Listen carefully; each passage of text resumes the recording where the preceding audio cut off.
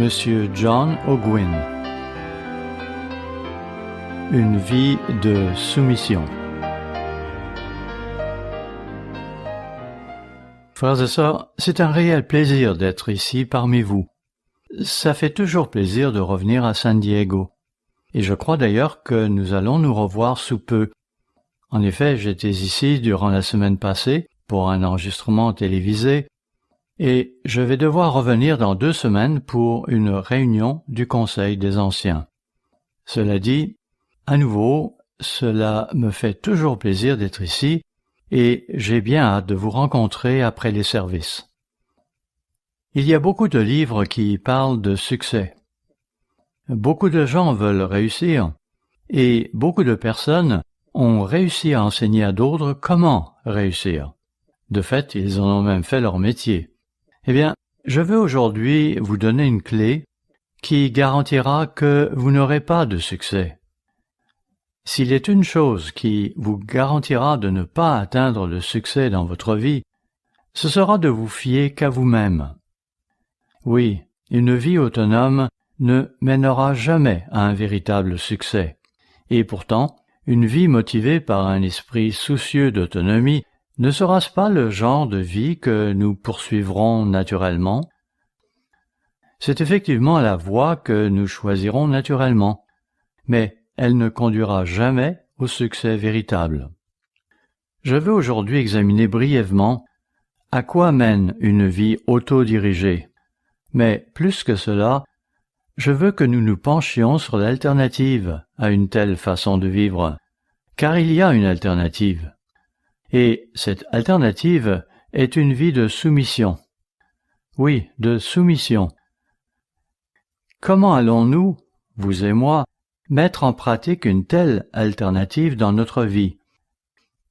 Voyons un exemple pour commencer.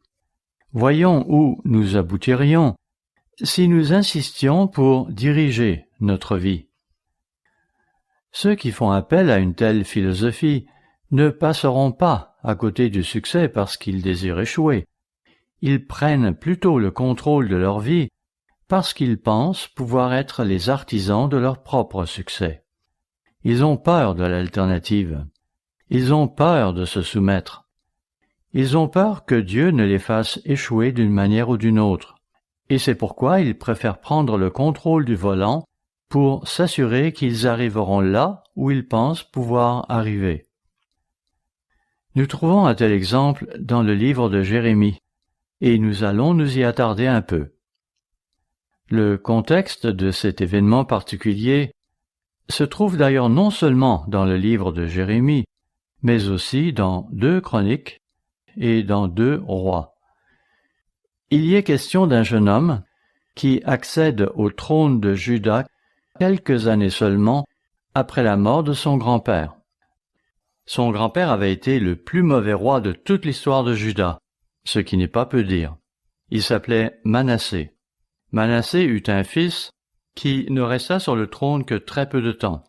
Après, ce fut au tour de Josias, le petit-fils de Manassé, d'y accéder. Josias n'avait alors que 8 ans. Évidemment, au cours de ces premières années, Josias n'était pas vraiment en charge. Il y avait alors un régent pour diriger la nation. C'est vraiment lorsque Josias atteignit l'âge de 16 ans qu'il s'est mis à rechercher Dieu. On peut dire que son cœur était porté vers Dieu. C'est pourquoi, en prenant de l'âge, lorsqu'il put prendre le contrôle de la nation, Josias s'est lancé dans une période de grande réforme. Nous constatons que cela débuta vraiment lorsque Josias fut proche de la vingtaine, donc durant la 13e année de son règne.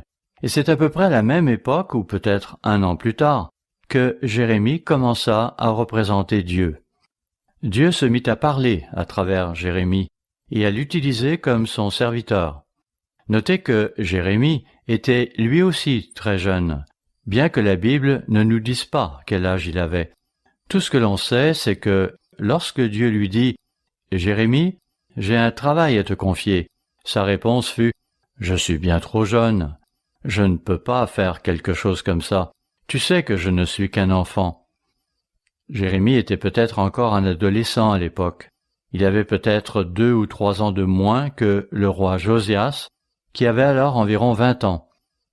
En lisant le récit du règne de Josias, vous apprenez qu'il procéda à la rénovation du temple de Jérusalem pour ensuite en faire la dédicace au milieu de grandes célébrations.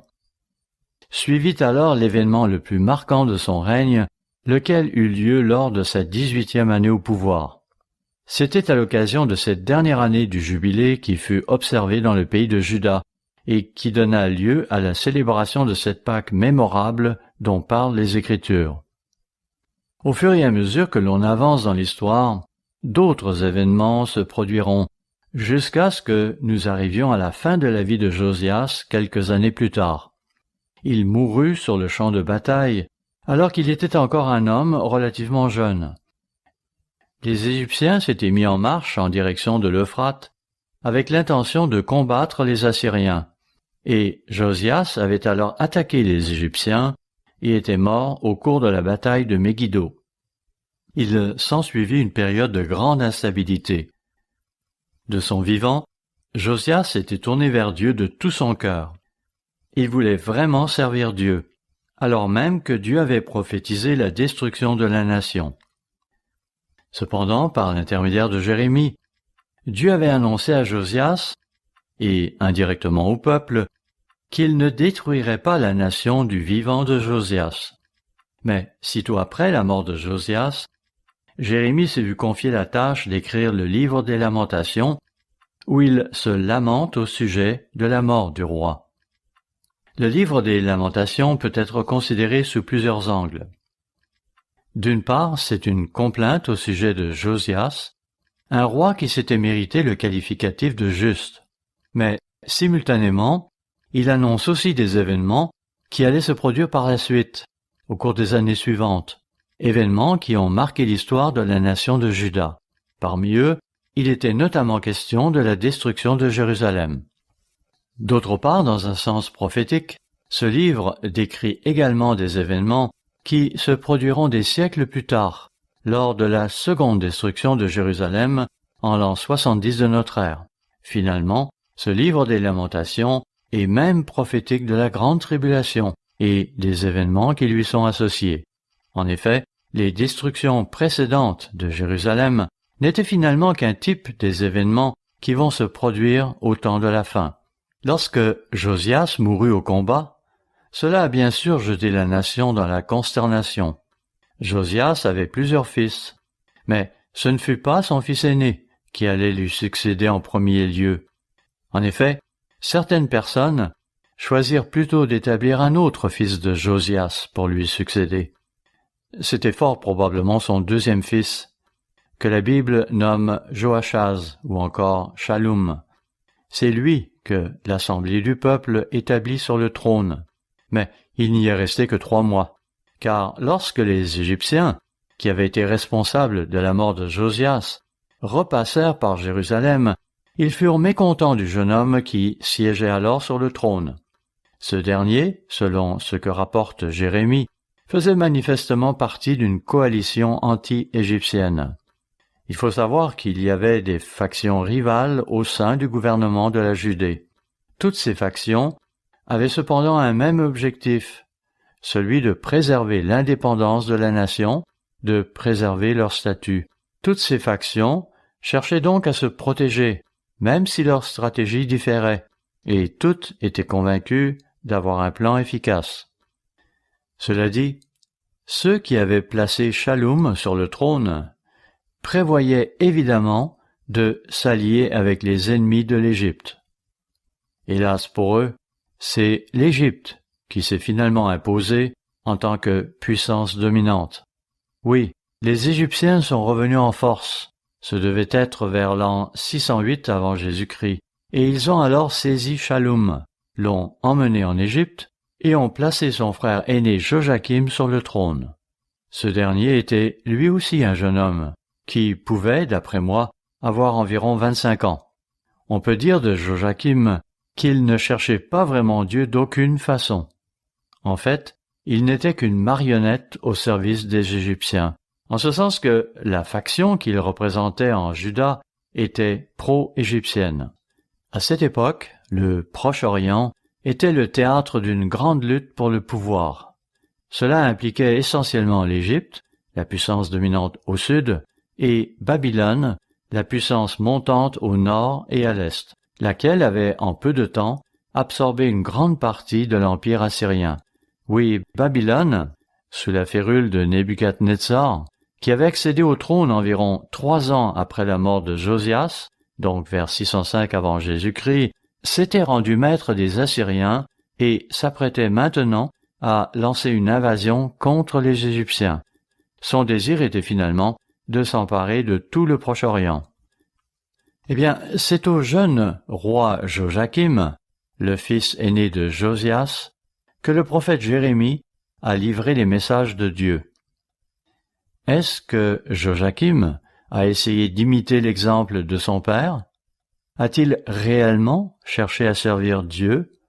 A-t-il cherché à faire les choses qui plairaient à Dieu? Absolument pas. Il a totalement ignoré Jérémie, se reposant plutôt sur son armée, sur la solidité des murs de Jérusalem et sur la fausse sécurité de son alliance avec les Égyptiens. Les choses ne se sont pas déroulées pour lui comme il se l'était imaginé. Même si Jérémie l'avait averti, il n'a pas voulu écouter. Finalement, Nebuchadnezzar est arrivé en 604 avant Jésus-Christ, après que Joachim eut occupé le trône pendant 4 ans. Nebuchadnezzar fit alors de Juda un État tributaire de l'Empire assyrien. Plusieurs jeunes gens de race noble furent alors emmenés à Babylone. Parmi eux, Daniel, qui était peut-être encore un jeune adolescent à cette époque-là. Joachim continua cependant à recourir à des intrigues et à diverses stratégies pour assurer son indépendance vis-à-vis de Babylone. Et finalement, les Babyloniens sont revenus pour assiéger Jérusalem. Comme nous le verrons, Joachim mourut d'une mort très ignominieuse. Et ce fut alors au tour de Joachim, son jeune fils d'environ 18 ans, de devenir roi. Mais il ne fut roi que pendant 3 mois. En fait, je crois que 2 chroniques mentionnent qu'il ne fut roi que durant 3 mois et 10 jours. Les Babyloniens se sont rendus maîtres de lui, ce qui n'est pas surprenant, car il avait la même attitude que son père. Il avait sa stratégie, il avait ses plans.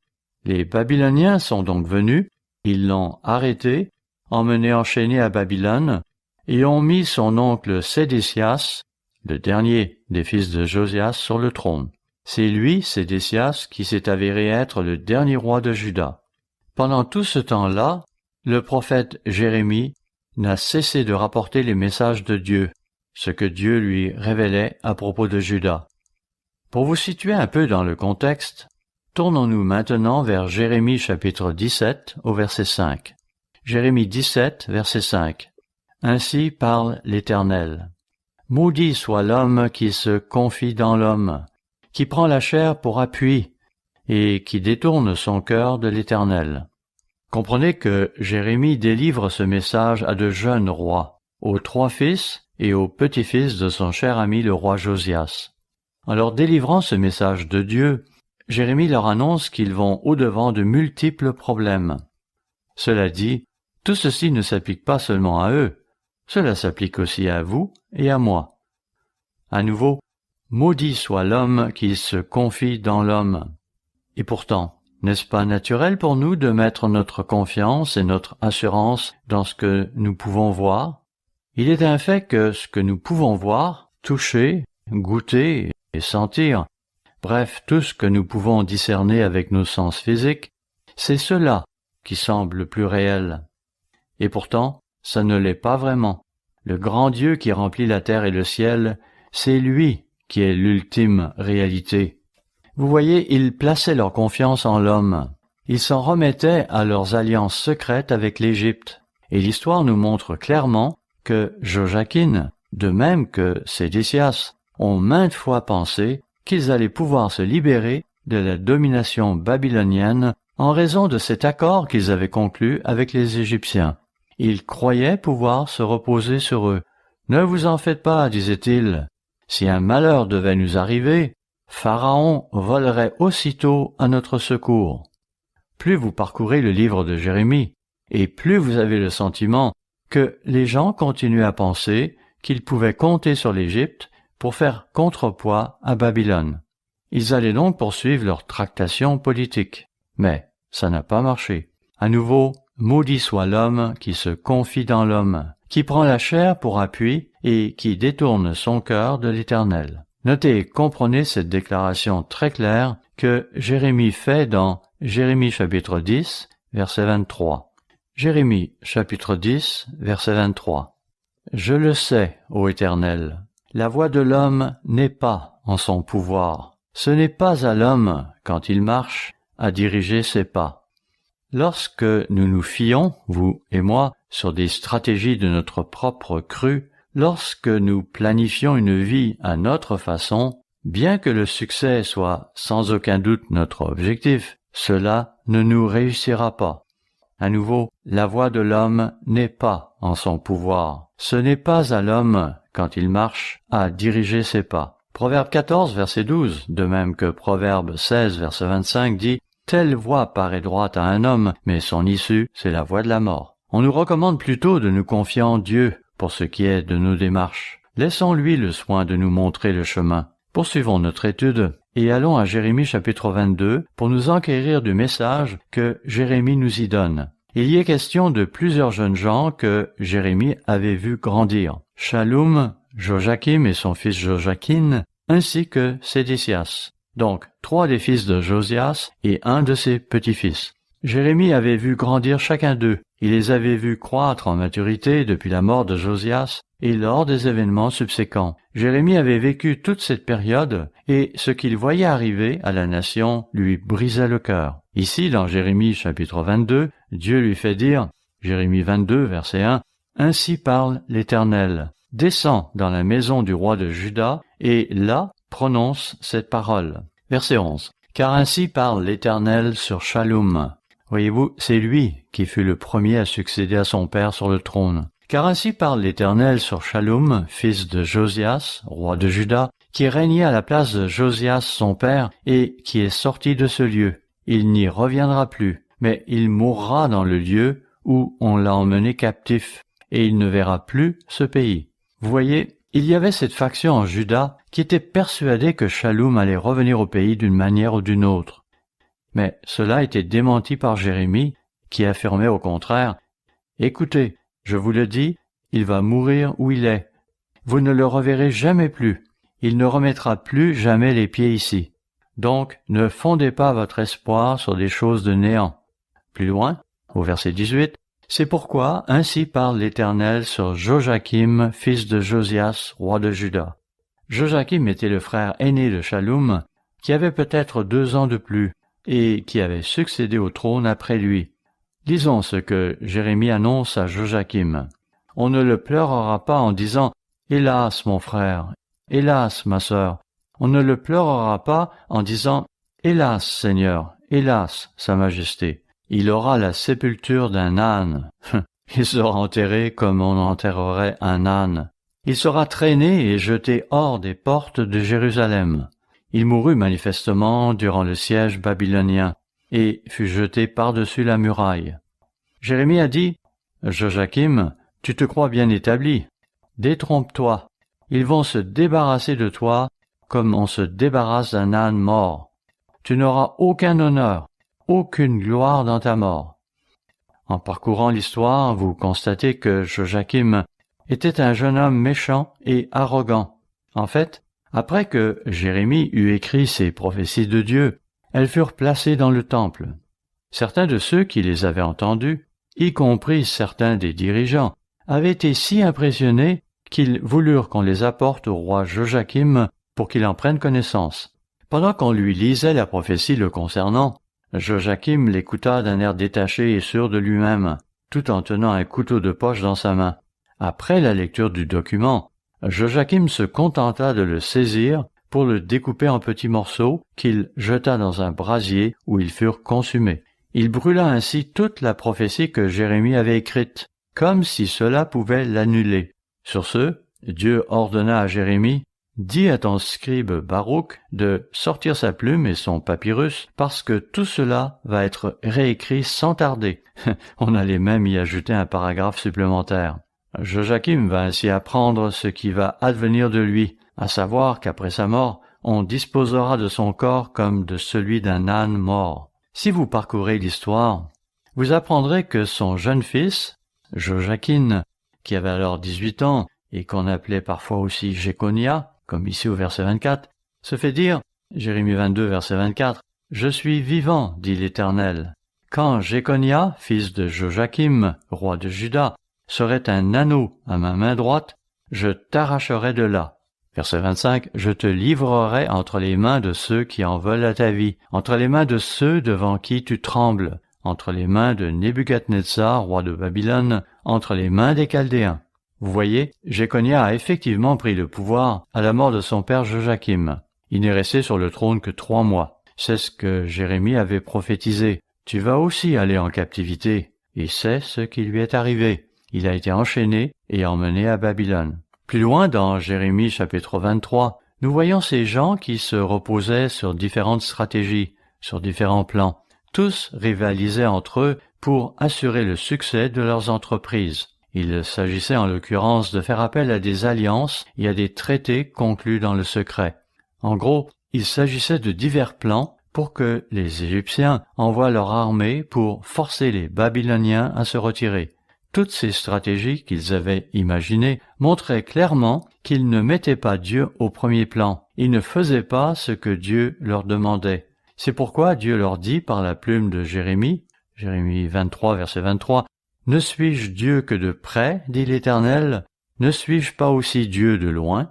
Quelqu'un se tiendra-t-il dans un lieu caché sans que je le voie, dit l'Éternel? Ne remplis-je pas, moi, les cieux et la terre, dit l'Éternel? » Dieu leur dit en essence, « Pensez-vous pouvoir vous cacher de moi? Vous avez cette stratégie, vous avez ce plan, et vous êtes persuadés que vous pouvez arriver à vos fins sans avoir à me consulter. Suis-je de trop? » On semble oublier que Dieu dit qu'il remplit les cieux et la terre. Il n'y a aucun endroit où nous pourrions nous dissimuler, aucun endroit où nous pourrions aller sans qu'il ne le voie, sans qu'il ne le remarque. Frères et sœurs, nous devons comprendre que notre grand Dieu voit tout, qu'aucun aspect de notre vie ne lui échappe. Rendons-nous à présent à Jérémie chapitre 38, où le prophète reçoit des messages destinés au roi Sédécias. Il allait être le dernier roi à régner sur Juda. Il était le plus jeune fils de Josias et il n'avait qu'environ 10 ans à la mort de son père. Mais les années avaient passé et il était maintenant monté sur le trône. Il avait environ 21 ans lorsqu'il est monté sur le trône. Cela se produisit juste après que les Babyloniens aient livré bataille à son neveu Jéconia, c'est-à-dire Joachim, et l'ait emmené captif à Babylone. C'était vers 597 avant Jésus-Christ.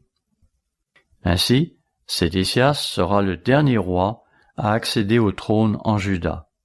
Il l'occupera pendant les 11 dernières années de la nation, jusqu'à la destruction de Jérusalem. Jérémie a eu un certain nombre de différends avec Sédécias. Sédécias était nerveux. Il s'était efforcé de négocier des accords avec les Égyptiens lorsqu'il se trouva confronté à l'arrivée des Babyloniens. Jérémie lui avait donné des conseils, mais il ne les avait pas suivis. Notez Jérémie 38, verset 14. Jérémie 38, verset 14. Le roi Sédécias envoya chercher Jérémie le prophète et le fit venir auprès de lui dans la 3e entrée de la maison de l'Éternel. Il ne voulait pas que cela se sache. Et le roi dit à Jérémie, « J'ai une chose à te demander, ne me cache rien. Dis-moi ce qui va se passer. » Quelle fut la réponse de Dieu? Verset 17. Jérémie dit alors à Sédécias, « Ainsi parle l'Éternel, le Dieu des armées, le Dieu d'Israël. Si tu vas te rendre au chef du roi de Babylone, tu auras la vie sauve, et cette ville ne sera pas brûlée par le feu. Tu vivras, toi et ta maison. » Jérémie a donc dit à Sédécias, « Si tu te rends, et si tu vas vers les princes de Babylone, alors la ville sera épargnée, et le temple sera épargné. » Jérémie poursuivit au verset 18, « Mais si tu ne te rends pas au chef du roi de Babylone, cette ville sera livrée entre les mains des Chaldéens qui la brûleront par le feu, et toi, tu n'échapperas pas à leurs mains. » Le roi Sédécias dit à Jérémie, « Je crains les Juifs qui ont passé aux Chaldéens. Je crains qu'on ne me livre entre leurs mains et qu'ils ne m'outragent. » Sédécias voulait dire, « Ils se moqueront de moi, ils m'insulteront, diront du mal de moi. Je ne veux pas aller là-bas, j'ai peur d'y aller. » Et Sédécias ajoutait, « Maintenant écoute, Jérémie, ne confie à personne que je t'ai fait appeler. » Puis il le renvoya. Si nous remontons le corridor du temps, nous découvrons que lorsque l'armée de Nebuchadnezzar eut fait une brèche dans les murs de Jérusalem, Sédécias tenta encore une fois de s'en sortir. Lui et certains de ses amis se sont alors échappés. Ils ont traversé le jardin du roi, ils sont sortis par l'arrière, ont traversé un champ, puis se sont enfuis. Hélas pour eux, il n'a pas fallu longtemps pour qu'ils se fassent prendre. Ils ont finalement dû comparaître devant Nebuchadnezzar pour faire face à un sort horrible. Parlons d'abord du sort qui sera réservé à ses fils. N'oubliez pas que Sédécias était monté sur le trône à l'âge de 21 ans. Comme il régna pendant 11 ans, il avait donc maintenant 32 ans. Ses enfants ne pouvaient donc pas être bien âgés, tout au plus des adolescents. Eh bien, tous ses fils furent mis à mort en sa présence. Il a donc dû assister à leur exécution. Et c'est la dernière chose qu'il a vue, car après l'exécution de ses fils, les Babyloniens lui crevèrent les yeux, puis on lui mit des chaînes et on l'emmena prisonnier à Babylone. Quelle fin terrible! Évidemment que Sédécias n'avait pas planifié que sa vie se termine ainsi. Cela lui est arrivé parce qu'il avait peur de suivre les instructions de Dieu. Il avait peur de vivre une vie de soumission. Il tenait absolument à s'en remettre à lui-même. En étudiant la vie des derniers rois de Juda, vous constatez qu'ils avaient tous élaboré des plans.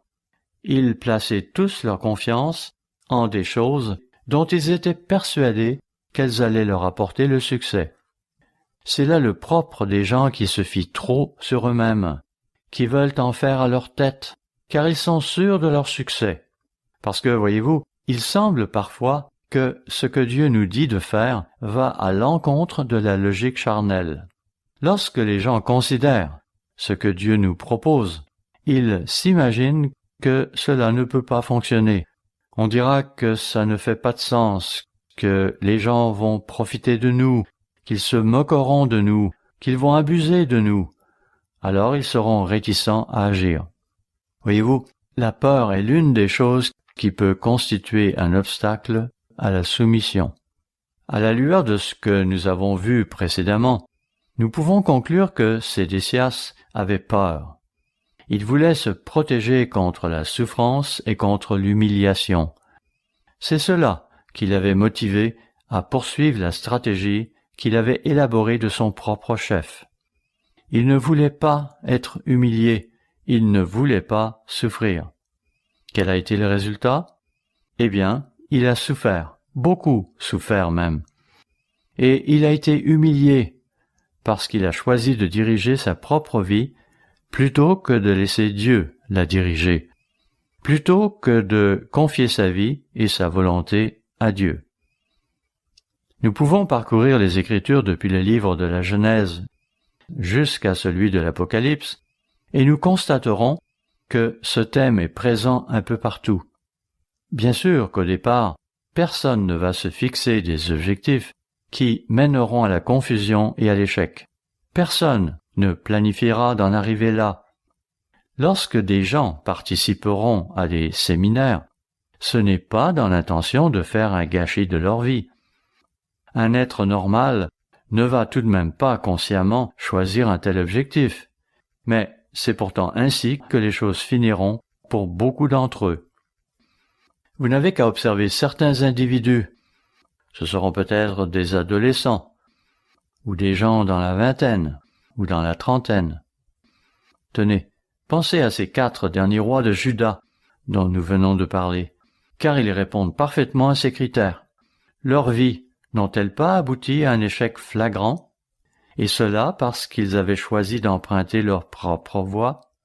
Pourtant Jérémie les avait mis en garde lorsqu'il dit « Maudit soit l'homme qui se confie dans l'homme, et ce n'est pas à l'homme quand il marche à diriger ses pas. » Il existe pourtant une approche différente. Il y a une autre façon de faire les choses, et c'est ce qui ressort clairement de cet exemple particulier que nous allons maintenant examiner. Certes, il y a plusieurs exemples d'individus qui ont vécu une vie de soumission, mais notre meilleur exemple, celui de quelqu'un qui s'est parfaitement soumis et qui doit être notre modèle, c'est évidemment celui de Jésus-Christ. Notez ce que Pierre dit à son sujet dans 1 Pierre chapitre 4, verset 1. 1 Pierre chapitre 4, verset 1.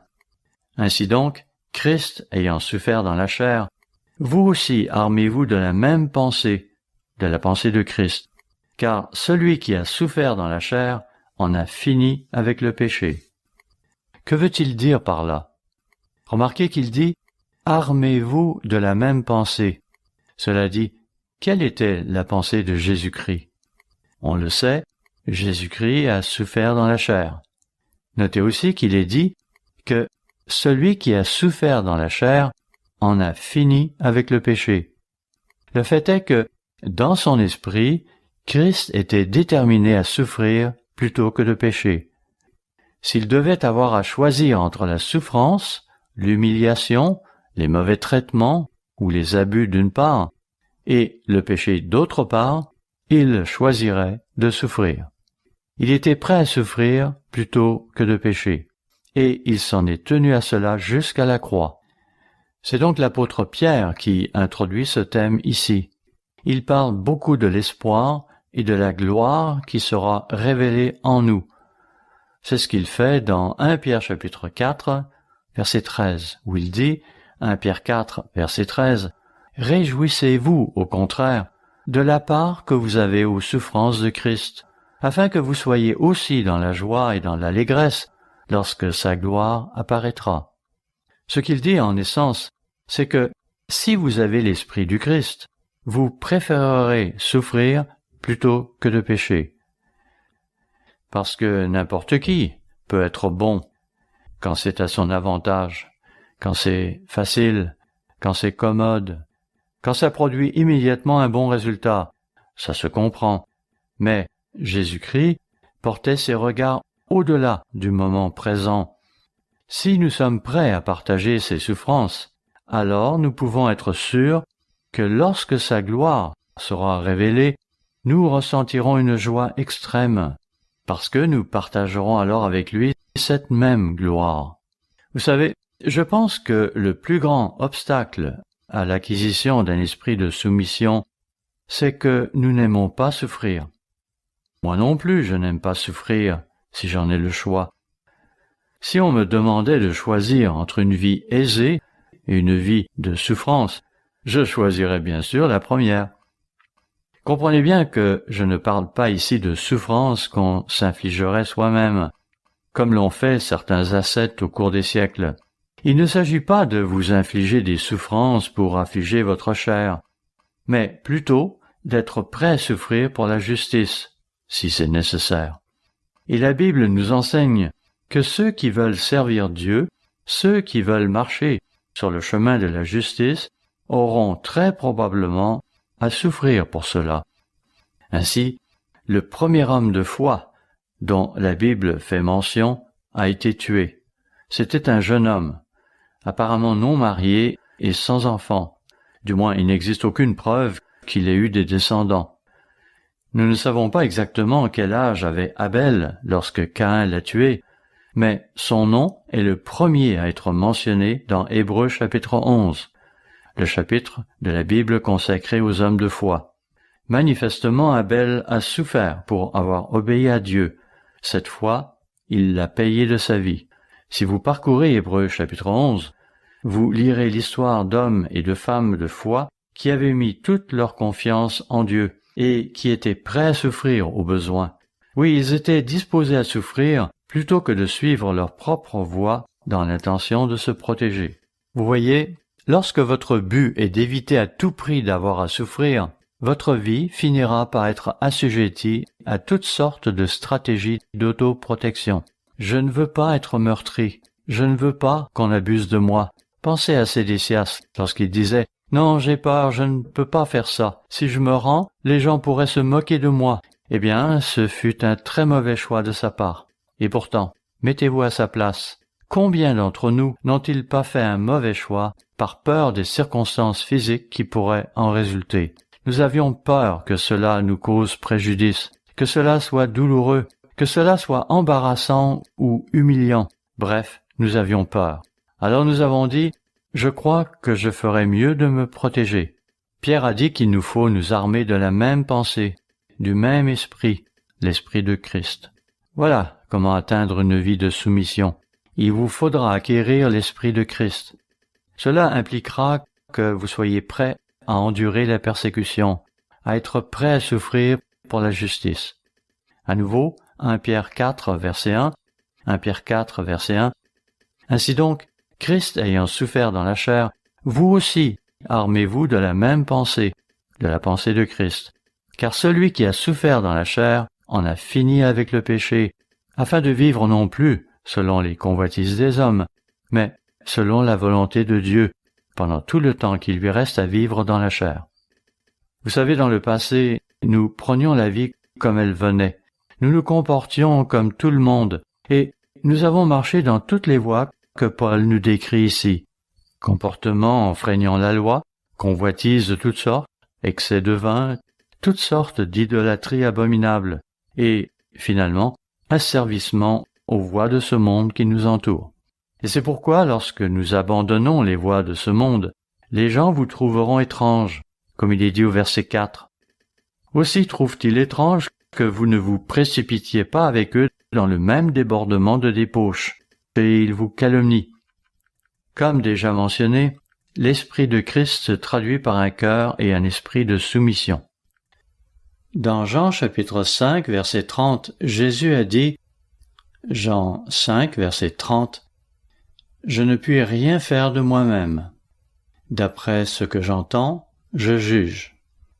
Et mon jugement est juste, parce que je ne cherche pas ma volonté, mais la volonté de celui qui m'a envoyé. » Jésus a dit qu'il ne cherchait pas à faire sa propre volonté. Un peu plus loin, dans Jean chapitre 6, verset 38, Jésus a dit, Jean 6, verset 38, « Car je suis descendu du ciel pour faire non ma volonté, mais la volonté de celui qui m'a envoyé. » Jésus-Christ est venu, non pas pour se protéger lui-même, mais pour faire la volonté du Père. La première clé pour vivre une vie de soumission est que vous devez être prêt à souffrir pour elle. Si vous n'êtes pas prêt à souffrir plutôt que de pécher, alors vous ne vivrez pas une vie de soumission. Jésus-Christ était prêt à souffrir, même jusqu'à être crucifié. Il était prêt à payer le prix ultime pour vous et pour moi. Il s'est chargé de nos péchés. Les Écritures, notamment le Nouveau Testament, nous donnent de nombreux exemples de cela. Considérez ces persécutions que certains ont dû subir. Vous savez, nous avons tous nos problèmes et nos difficultés, et certaines personnes que je connais en ont plus que d'autres. Aimeriez-vous rencontrer l'apôtre Paul après la résurrection, histoire d'échanger vos expériences passées? Vous voyez-vous alors lui parler de certaines des frustrations que vous avez ressenties parce que l'un de vos collègues de travail avait un jour refusé de vous parler? Combien cela vous a affecté et combien vous en aviez souffert? Mais cela se compare-t-il à certaines des expériences que Paul a connues, telles que relatées dans le livre des Actes? Lorsque vous parcourez la Bible et voyez les épreuves qu'ont vécues certains hommes qui ont finalement dû payer de leur vie, cela vous donne une meilleure perspective au sujet de ce que vous et moi devons affronter. En effet, je ne connais personne, ni dans cette salle, ni parmi les autres membres de l'Église, qui ait jamais connu l'ampleur de la souffrance que certains des serviteurs de Dieu ont eu à endurer au cours des âges. D'ailleurs, il n'y a pas seulement la Bible qui relate de tels événements, on en trouve aussi dans l'histoire séculaire. Nous le savons et la Bible en parle, l'avenir nous prépare des temps d'intenses persécutions physiques. C'est là qu'il faudra mettre nos priorités à la bonne place. Ce n'est rien de faire ce que Dieu nous demande, lorsque c'est commode et facile. Le vrai test, c'est quand c'est difficile, quand cela semble nous exposer à être blessés ou abusés. En parcourant le livre des Actes, vous apprenez que l'apôtre Paul a été capturé et battu dans une ville, et qu'il y a été lapidé et laissé pour mort. Qu'a-t-il fait ensuite? Eh bien, il s'est relevé et est allé dans la ville voisine pour y prêcher à nouveau. Vous voyez, Paul avait une mission. Il avait la vision du grand plan d'ensemble et était prêt à souffrir plutôt que de s'en détourner. L'une des choses qui a dû hanter l'esprit de Paul, c'est le souvenir de cette époque où lui, Paul, causait des souffrances aux autres.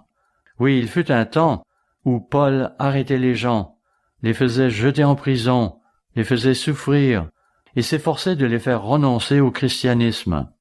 Sans aucun doute, Paul a gardé ce souvenir tout au long de sa vie, particulièrement maintenant qu'il se trouvait lui-même du côté des victimes et passait par des moments difficiles. Mais il avait une juste perspective des choses, car il avait les yeux tournés vers Jésus-Christ. La première clé qui mène à une vie de soumission, c'est donc d'être prêt à souffrir. Tournons-nous à présent vers 1 Pierre chapitre 4 et notons le deuxième point vital que Pierre présente à tous ceux qui sont prêts à mener une vie de soumission. Au verset 7, il dit, 1 Pierre 4, versets 7 à 9, « La fin de toute chose est proche. Soyez donc sages et sobres pour vaquer à la prière. » Puis notez ce qui suit. « Avant tout, ayez les uns pour les autres un ardent amour, car l'amour couvre une multitude de péchés. Exercez l'hospitalité les uns envers les autres, sans murmure. Ne vous querellez pas entre vous, mais ayez les uns pour les autres un amour fervent. » C'est là le signe d'une vie de soumission. Par ailleurs, lors de sa dernière nuit sur terre, en tant qu'être humain, la nuit de sa dernière Pâque, Jésus n'a-t-il pas dit à ses disciples, Jean 13, verset 35, « À ceci tous connaîtront que vous êtes mes disciples, si vous avez de l'amour les uns pour les autres. » Pierre était là. Pierre a entendu ces mots. Et il n'est donc pas étonnant que, des décennies plus tard, Pierre ait écrit ce que nous avons lu tantôt dans 1 Pierre chapitre 4 au verset 8. « Avant tout, ayez les uns pour les autres un ardent amour. » Il savait à quel point cela était nécessaire. Il est facile d'aimer et d'être aimable avec ceux qui sont aimables envers nous. Lorsque quelqu'un vient au-devant de vous avec un beau sourire et qu'il vous dit des choses aimables ou flatteuses, cela ne vous fait-il pas du bien et ne vous encourage-t-il pas à lui rendre l'appareil? Bien sûr. Mais qu'en est-il lorsque quelqu'un vous a offensé? Qu'en est-il des personnes qui vous déçoivent ou qui sont simplement différentes de vous? Vous savez, c'est là un point intéressant, parce que Christ n'a pas seulement aimé ceux qui l'ont aimé.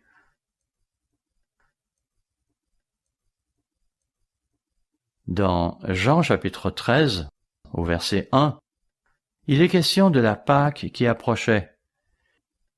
Et Christ savait qu'il allait quitter le monde pour retourner au Père. À la fin du verset 1, il est dit, Jean 13, verset 1, « Jésus, ayant aimé les siens qui étaient dans le monde, mit le comble à son amour pour eux. Il les aima donc jusqu'à la toute fin. Si vous poursuivez votre lecture, vous apprenez que, alors que le diable avait déjà infiltré Judas, Jésus s'était levé de table. C'était juste avant qu'il n'institue les nouveaux symboles du pain et du vin. Il y avait du pain et du vin sur la table, mais Jésus ne les avait pas encore consacrés comme il allait le faire peu après, en tant que nouveau symbole de la Pâque chrétienne. Après s'être levé, Jésus avait d'abord pris une serviette et commencé à laver les pieds des apôtres. Et ce n'est qu'ensuite qu'il institua la nouvelle façon d'observer la Pâque. Puis, après avoir célébré la Pâque, ils quittèrent la ville pour entrer dans le jardin de Gethsémani, où Jésus, nous dit-on, commença à avoir le cœur lourd.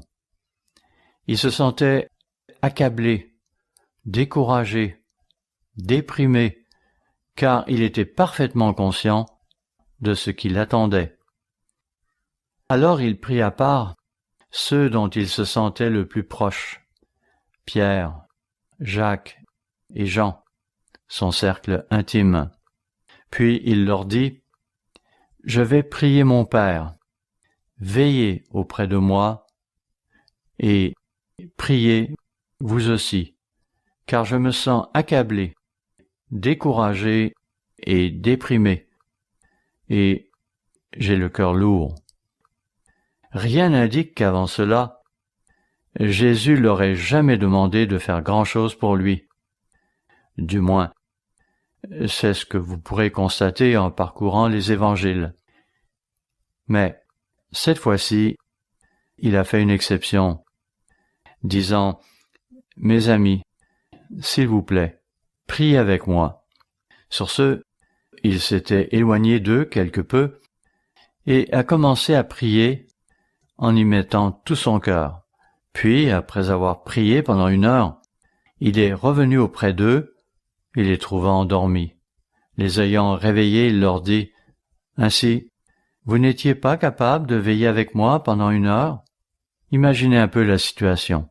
Vous êtes confronté à l'épreuve la plus difficile de votre vie, une situation traumatisante à laquelle vous n'avez encore jamais dû faire face. Et vous allez alors vers ceux qui vous sont les plus proches et leur demandez sur un ton suppliant, « Pourriez-vous prier avec moi, car je me sens vraiment accablé.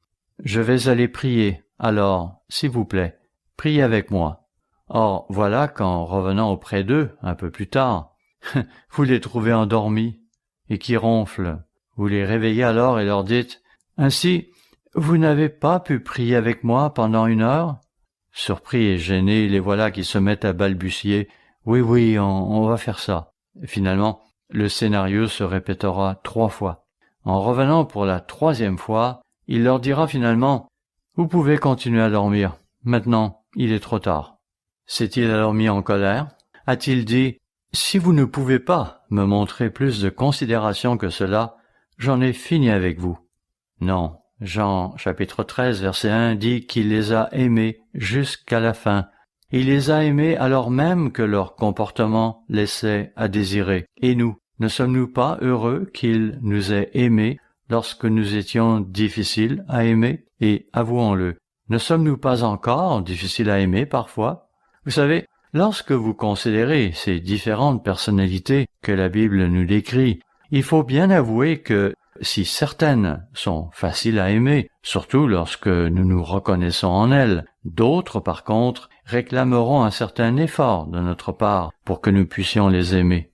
Cela dit, penchons-nous un peu sur le récit de Luc, dans Luc chapitre 10, verset 38, un passage où il est question de Jésus qui se rend chez Marie, Marthe et Lazare. Il y avait là plusieurs personnes assemblées, notamment ses disciples, et probablement aussi d'autres personnes. Nous y voyons Marthe toute affairée à préparer le dîner pour tout ce monde. Mettez-vous un peu dans sa situation. Cela devait sûrement représenter beaucoup de travail, une maison pleine de convives qui tous s'attendent à manger sous peu. Marthe s'active. Mais où est Marie? Eh bien, elle est dans le salon avec les hommes, assise à écouter Jésus, plutôt que d'être dans la cuisine pour aider Marthe à préparer le repas. Tout d'abord, Marthe se contient et fait preuve de patience. Mais la patience a ses limites. Alors, elle sort, interrompt tout ce qui se passe et dit, verset 40, Luc 10, verset 40, « Seigneur, ne te fait-il rien que ma sœur me laisse seule pour servir? Dis-lui donc de m'aider. » Elle a dû se dire, « C'est tout de même incroyable. Elle est assise ici et me laisse tout faire seule. » Selon Marthe, Marie était en faute parce qu'elle n'était pas venue l'aider. Mais, indirectement, elle reproche aussi à Jésus de ne pas s'être objecté à ce que Marie reste assise là, auprès de lui, sachant fort bien que elle, Marthe, était seule à faire tout le travail à la cuisine. « Ça ne te fait rien qu'elle me laisse seule à faire tout le travail ?» lança-t-elle à Jésus. À cela Jésus répondit, verset 41, « Marthe, Marthe, tu t'inquiètes et tu t'agites pour beaucoup de choses. Oui, Marthe, tu es affairée et troublée par beaucoup de choses. Tu te préoccupes vraiment des choses matérielles, n'est-ce pas, Marthe? Tu aimes vraiment que tout soit bien aligné et que tout soit parfait. Te voilà toute stressée. Mais, tu sais, il n'y a qu'une chose qui est vraiment importante. Certes, nous allons avoir un bon repas dans quelque temps, et nous allons en profiter. Mais, tu sais quoi, Marthe? Dans quelques heures, nous aurons à nouveau faim. C'est pourquoi je te dis qu'à long terme, il n'y a qu'une chose qui compte vraiment. Et Marie a choisi cette chose. Et il ajoute, verset 42, « Une seule chose est nécessaire. Marie a choisi la bonne part qui ne lui sera point ôtée. » Oui, Marie écoute les paroles de la vie. C'est ce qui va durer jusque dans l'éternité. Mais, en ce qui concerne le merveilleux repas que tu nous prépares, dans quelques heures, nous chercherons d'autres choses à manger. Nous aurons à nouveau faim. Ce à quoi je veux en venir, frères et sœurs, c'est qu'il est facile pour nous, selon notre personnalité, de nous identifier à Marie ou à Marthe. Et nous avons parmi nous des Maries, des Marthes et toutes sortes de personnalités intermédiaires. Le problème, c'est que, parfois, les Maries ont du mal à comprendre les Marthes, et les Marthes savent que les Maries ne sont pas utiles à grand-chose, vu qu'elles ne prêtent pas main forte quand il y a du travail à accomplir. Notez aussi cette déclaration intéressante faite dans Jean 11, verset 5. Jean 11, verset 5. « Or, Jésus aimait Marthe et sa sœur et Lazare. » Oui, Jésus les aimait tous les trois. Il aimait Marthe, qui courait dans tous les sens et qui se préoccupait de tant de choses. C'était une femme d'action. Mais Jésus aimait aussi Marie et Lazare. Il les aimait tous, en dépit de leurs différences. Et puis, considérez ses disciples. C'étaient des hommes très différents, eux aussi. Jésus a appelé des gens de différents milieux et de différentes personnalités, toutes sortes de gens. Ainsi, certains de ses disciples venaient d'un milieu que l'on pourrait qualifier de religieux. Nous le savons, car Jean chapitre 1 nous dit que 2 des disciples de Jésus avaient auparavant été disciples de Jean-Baptiste. Or, Jean-Baptiste passait pour un ascète très strict. On peut lire dans Jean chapitre 1 verset 35, Jean 1 verset 35, le lendemain, après que Jésus eut été baptisé par Jean-Baptiste, Jean était encore là avec 2 de ses disciples. Nous ne savons pas depuis combien de temps ils étaient avec lui, mais le ministère de Jean ayant probablement débuté 6 mois plus tôt, ils étaient donc avec lui depuis quelques mois. Ces disciples de Jean-Baptiste passaient pour être plutôt religieux. Ils avaient vraiment à cœur de se pénétrer de la vérité. Ils étaient stricts dans leur approche religieuse. Le verset 36 poursuit en disant « Et, ayant regardé Jésus qui passait, il, Jean-Baptiste, dit « Voilà l'agneau de Dieu. » Ainsi, voyant passer Jésus, Jean-Baptiste mentionna à ses 2 disciples « Vous savez qui c'est, les gars? C'est l'agneau de Dieu. » Dès que les 2 disciples eurent entendu cela, ils se mirent à suivre Jésus. Plus loin dans le récit, au verset 40, nous apprenons que l'un d'eux s'appelait André. Il était le frère de Pierre. Verset 40. André, frère de Simon-Pierre, était l'un des deux qui avait entendu les paroles de Jean et qui avait suivi Jésus. Le nom de l'autre n'est pas mentionné, mais il pourrait s'agir de Jean, lequel évite généralement de donner son nom. Il y avait donc ces deux disciples de Christ, dont on peut dire qu'ils étaient portés vers la religion. D'un autre côté, il y avait aussi le vieux Matthieu, un publicain, un collecteur d'impôts, un gars plutôt mondain et habitué à brasser des affaires, surtout avec les Romains. Matthieu avait été éduqué dans le but de s'intégrer à l'administration civile romaine. Il était donc issu d'un milieu très différent des deux autres disciples, d'un milieu que beaucoup de Juifs stricts de l'époque considéreraient avec mépris. Certains ont alors dû se dire « Pourquoi diable Jésus devait-il appeler quelqu'un comme lui ?» Et puis vous avez encore là ce Pierre, l'impétueux Pierre, un homme toujours prêt à foncer. Mais Jésus aimait Pierre. Et puis vous avez aussi Jacques et Jean, n'est-ce pas? Jésus leur avait donné le surnom de « fils du tonnerre ». Oui, souvenez-vous de cette fois où Jésus et ses disciples traversaient la Samarie. Jésus avait envoyé quelques-uns d'entre eux dans un village pour y acheter de la nourriture. On les avait alors dévisagés en leur demandant « Vous allez à Jérusalem ?» Lorsqu'ils ont répondu que oui, ils se sont fait dire « Nous ne vendons pas de nourriture à des gens comme vous. Nous n'allons tout de même pas vendre de la nourriture à des gens comme vous, des Juifs, en route pour Jérusalem. » C'est pourquoi, à leur retour, lorsqu'ils repassèrent par cet endroit, Jacques et Jean, qui n'avaient pas oublié l'affront qu'ils avaient subi à cet endroit, dirent « Seigneur, veux-tu que nous fassions descendre le feu du ciel pour consumer tous ces gens-là? » Mais Jésus leur répondit en secouant la tête, « Les gars, vous ne savez pas de quel esprit vous êtes animés. » Et c'est pourquoi il les avait surnommés « fils du tonnerre ». Et puis une autre fois, ayant vu des hommes chasser des démons au nom de Jésus, ils s'étaient offusqués de cela et leur avaient commandé de cesser leur pratique. Cependant, lorsqu'ils relatèrent ces faits devant Jésus, celui-ci répliqua en disant « Qui vous a dit de vous impliquer dans cette affaire? Qui vous a demandé de leur ordonner de cesser cette pratique? » Oui, c'étaient des fils du tonnerre. Jean était colérique et ambitieux. Rappelez-vous cet incident où ils avaient cherché à s'attirer des faveurs, disant « Seigneur, nous savons que tu vas hériter ce royaume. Alors, nous aimerions, mon frère et moi, que tu fasses de nous tes bras droits. En un mot, nous aimerions siéger à ta droite et à ta gauche. » À un autre moment, ils ont même convaincu leur mère, qui était probablement la tante de Jésus, qu'elle s'avance vers Jésus et lui demande cette même faveur pour ses garçons. Bien sûr, les autres disciples furent offusqués en voyant toutes ces manœuvres. Donc, d'un côté, Jean avait un côté très profond et réfléchi, mais d'un autre côté, il pouvait aussi être colérique et prêt à mener des tractations en coulisses pour satisfaire ses ambitions. Et que dire du vieux Thomas, qui passait pour être pessimiste et sceptique? Souvenez-vous de cette fois où Jésus voulut revenir dans les environs de Jérusalem en apprenant la situation de son ami Lazare.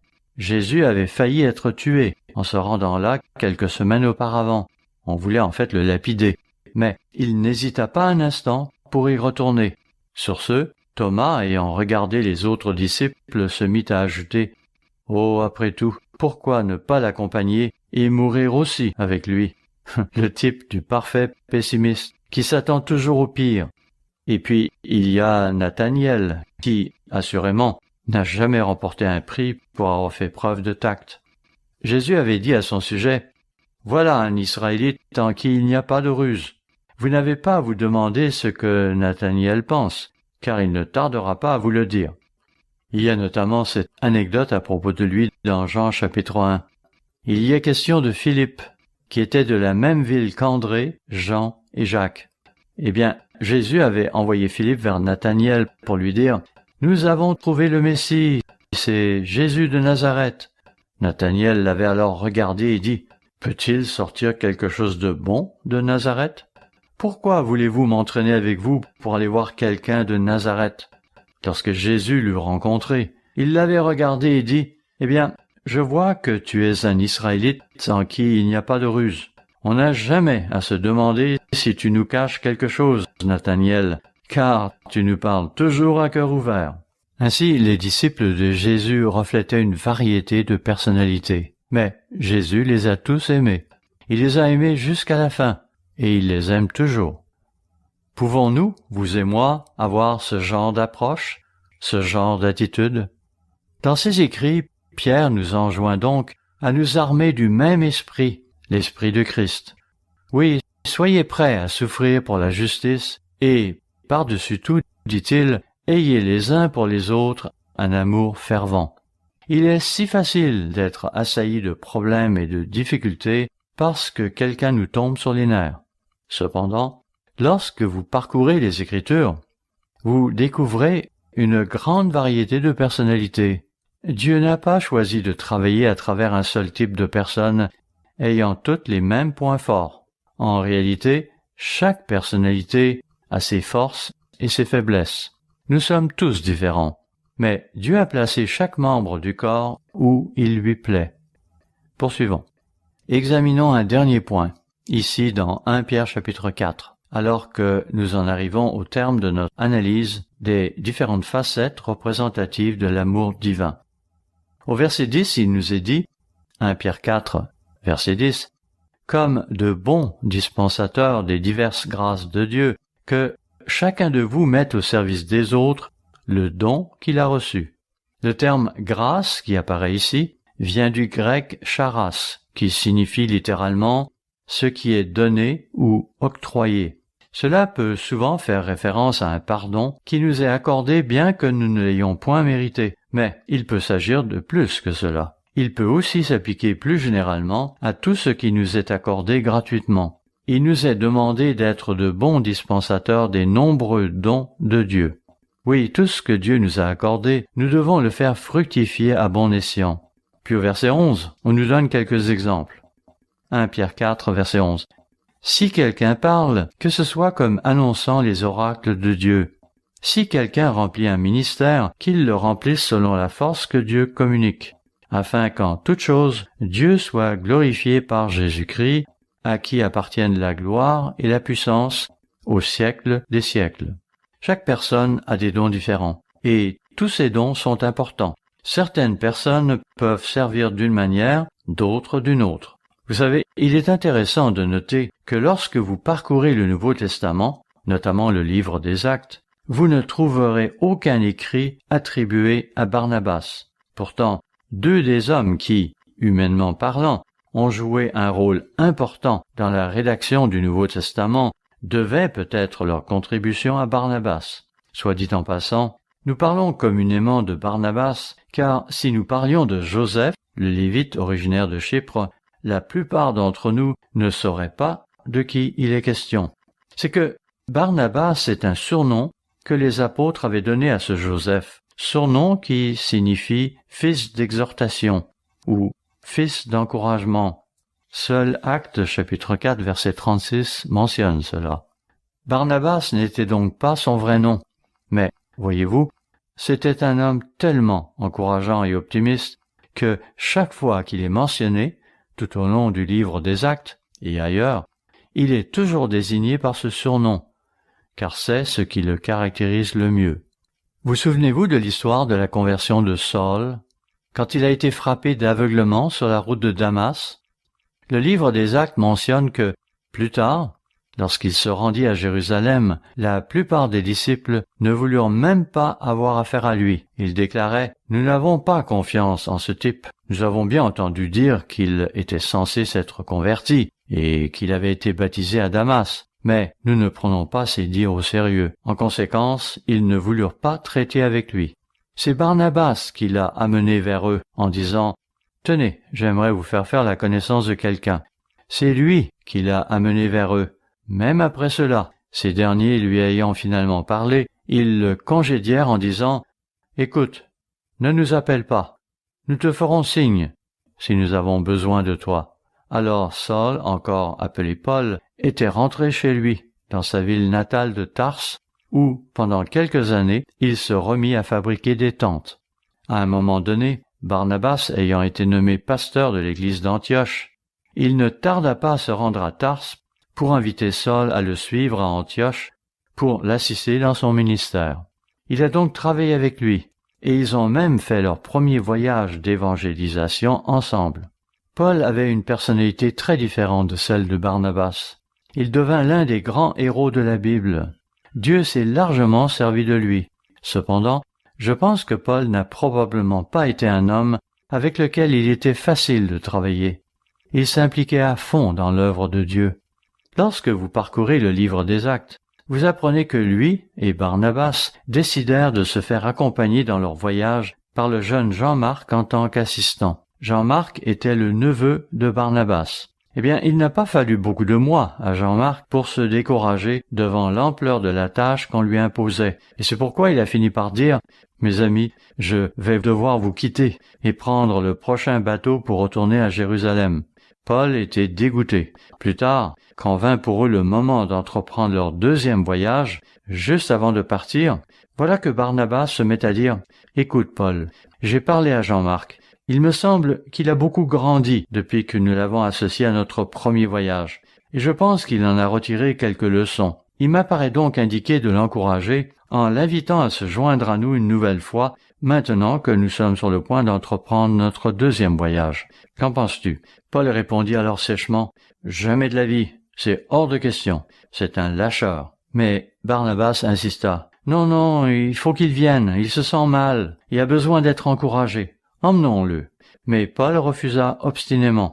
Ils furent donc contraints de voyager séparément. Barnabas prit avec lui Marc, quant à Paul, il prit Silas. Mais ce qui est intéressant, c'est que dans le dernier livre que Paul a écrit vers la fin de sa vie, il a reconnu que Barnabas avait eu raison. Ainsi, dans 2 Timothée chapitre 4, Paul insiste auprès de Timothée pour qu'il vienne le rejoindre au plus vite, de préférence avant l'hiver, tout en amenant avec lui Marc qui, ajoute-t-il, me sera utile dans le ministère. Le voilà donc qui trouve que Marc lui sera profitable. J'ai besoin de lui, dit-il. Je sais que je peux compter sur lui. Alors, amène-le avec toi, car j'ai une tâche importante à lui confier, et je sais que je peux compter sur lui pour l'accomplir. Paul a écrit plus de livres du Nouveau Testament que n'importe qui d'autre. Marc, quant à lui, a écrit l'Évangile qui porte son nom. Pour ce qui est de Barnabas, il n'était peut-être pas porté à écrire. Par ailleurs, nous ignorons quel genre de prédicateur il était. Peut-être était-il meilleur orateur que Paul. Le plus grand don de Barnabas n'était pas de pouvoir expliquer des concepts profonds comme ceux que Paul abordait dans le livre aux Galates ou dans celui aux Romains. Il n'avait peut-être pas l'intelligence ou la profondeur d'esprit de Paul, mais, en revanche, Barnabas avait le don de l'encouragement. Des personnes différentes ont des dons différents. Ne minimisez pas le don que vous avez ou que d'autres ont. Pierre a dit « Soyez de bons dispensateurs des diverses grâces de Dieu. » Comprenons que les choses que nous avons reçues de Dieu, il nous faut nous en servir à bon escient et les faire fructifier. Utilisons-les de manière à servir et à aider notre prochain. Chacun a des dons différents et chaque don est important. Chaque membre du corps de Christ est important. C'est ce que Paul nous explique. Frères et sœurs, une vie autodirigée ne nous mènera jamais à un réel succès. Lorsque nous refusons de vivre une vie de soumission, cela ne peut mener qu'à l'échec. Ce n'est pas à l'homme, quand il marche, à diriger ses pas. Lorsque notre but sera de protéger le moi, nous irons au-devant de problèmes. Et il existe de nombreux exemples pour illustrer cela.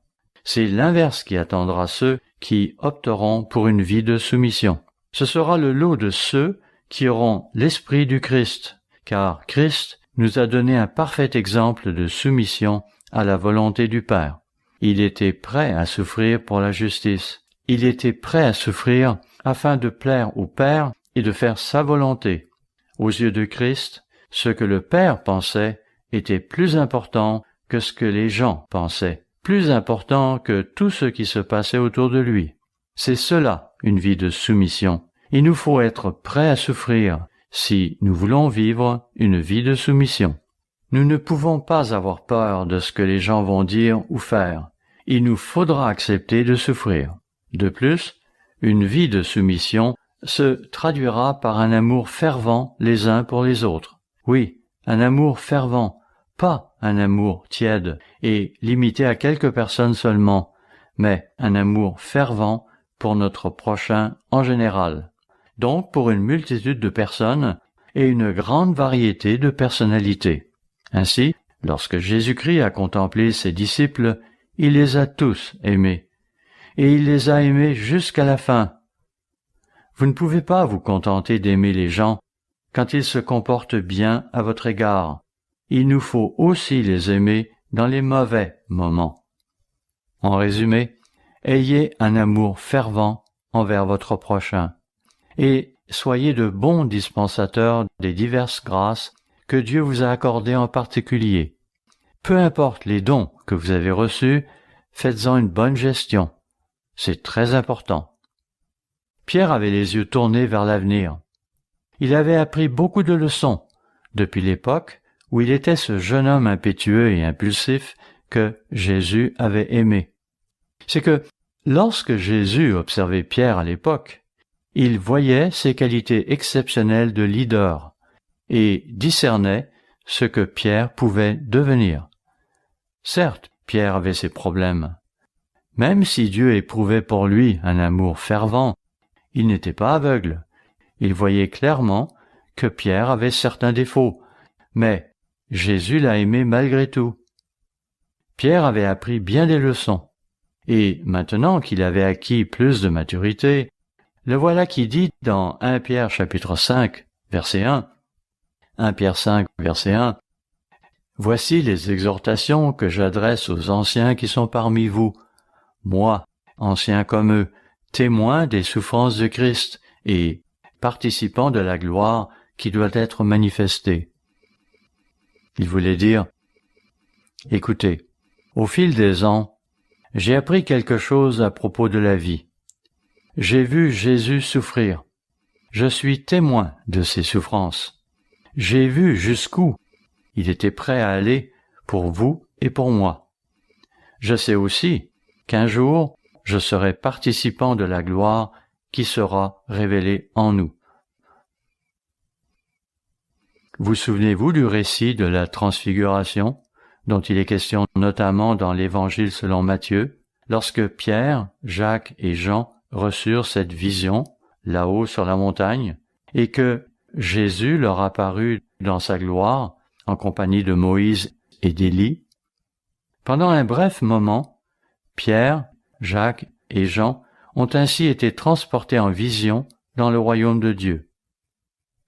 Fort de cette expérience qui lui est restée jusqu'à la fin de sa vie, Pierre pourra dire en rétrospective « J'ai été témoin des souffrances de Christ, et je vais pouvoir participer à la gloire à venir pour nous. » Et il ajouta « Je peux vous dire quelque chose. Cette gloire à venir dépassera de loin, de très loin, toutes les souffrances que nous pourrons être appelés à traverser. »